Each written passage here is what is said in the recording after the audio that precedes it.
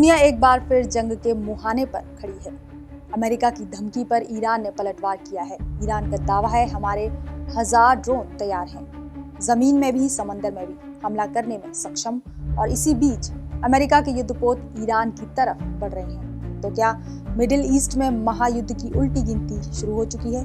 नमस्कार, आप देख रहे हैं पंजाब केसरी टीवी। मैं हूं रंजना। दरअसल दिसंबर 2025 से चल रहे ईरान के आंतरिक युद्ध में अमेरिका के हस्तक्षेप करने से ईरान ने सारा इल्जाम अमेरिका पर थोप दिया है। इस लंबे संघर्ष में अमेरिका ने ईरान को कई बार धमकी दी, जिसके जवाब में ईरान ने भी पलटवार धमकियां दी। दोनों देशों के हालात आज वैश्विक युद्ध के कगार तक पहुंच गए हैं। यहाँ अमेरिका ईरान मिडिल ईस्ट को अपने अब्राहम लिंकन जैसे युद्धपोत से घेर रहा है और इसी भयंकर युद्ध की लिस्ट दुनिया के 7 देशों के साथ साझा कर रहा है कि अमेरिका ईरान के किन किन ठिकानों पर वार कर सकता है। तो वहीं ईरान ने हाल ही में जवाब दिया कि हम भी तैयार हैं अपने 1000 ड्रोन के साथ।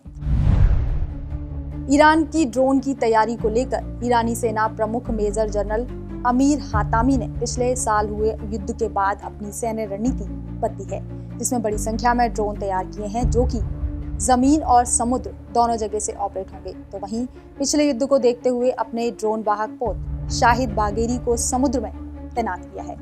वहीं ईरान के पास बड़ी संख्या में मिसाइलें भी मौजूद हैं। हालांकि ट्रंप ने 28 जनवरी को ईरान के साथ समझौता करने की बात कही थी, लेकिन क्योंकि ईरान समझौता नहीं चाहता, वहीं महंगाई के खिलाफ भड़की आग में ईरान सरकार प्रदर्शनकारियों के खिलाफ हिंसक हो गई थी। इसको देखते हुए यूरोपियन यूनियन संगठन ने ईरान के IRGC ईरान रेवोल्यूशन गार्ड को आतंकवादी घोषित कर दिया है। EU के राजनयिक काजा कलास ने IRGC को अब अल कायदा और इस्लामिक स्टेट जैसे आतंकी संगठनों के बराबर माना है। हालांकि ऑस्ट्रेलिया, कनाडा और अमेरिका पहले ही IRGC को आतंकी संगठन घोषित कर चुके हैं। तो वहीं EU ईरान के विदेश मंत्री अब्बास अरागची के युद्ध के फैसले को दिखावटी कदम और रणनीतिक गलती बता रहे हैं, जिससे यूरोप के हालातों में तनाव बढ़ रहा है। बता दें कि अगर ईरान और अमेरिका में टकराव होता है तो इसका खतरा दुनिया के 20% तेल से होकर गुजरता है। इस खतरे से निपटने के लिए कई देश शांति की अपील कर रहे हैं, जिसमें तुर्की के विदेश मंत्री हाकान फिदान ने दोनों पक्षों से बातचीत की अपील की है।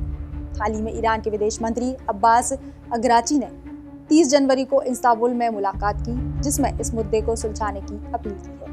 बहरहाल एक तरफ अमेरिका की ताकत है तो दूसरी तरफ ईरान के ड्रोन जवाब देने को तैयार हैं। दोनों देशों के बीच धमकियों और जवाबी चेतावनी के बीच छिड़ सकता है वैश्विक युद्ध। इस पर ट्रंप का जवाब साफ, या तो समझौता या फिर टकराव। वहीं ईरान का पलटवार जवाब, अगर युद्ध हुआ तो पूर्ण माना जाएगा।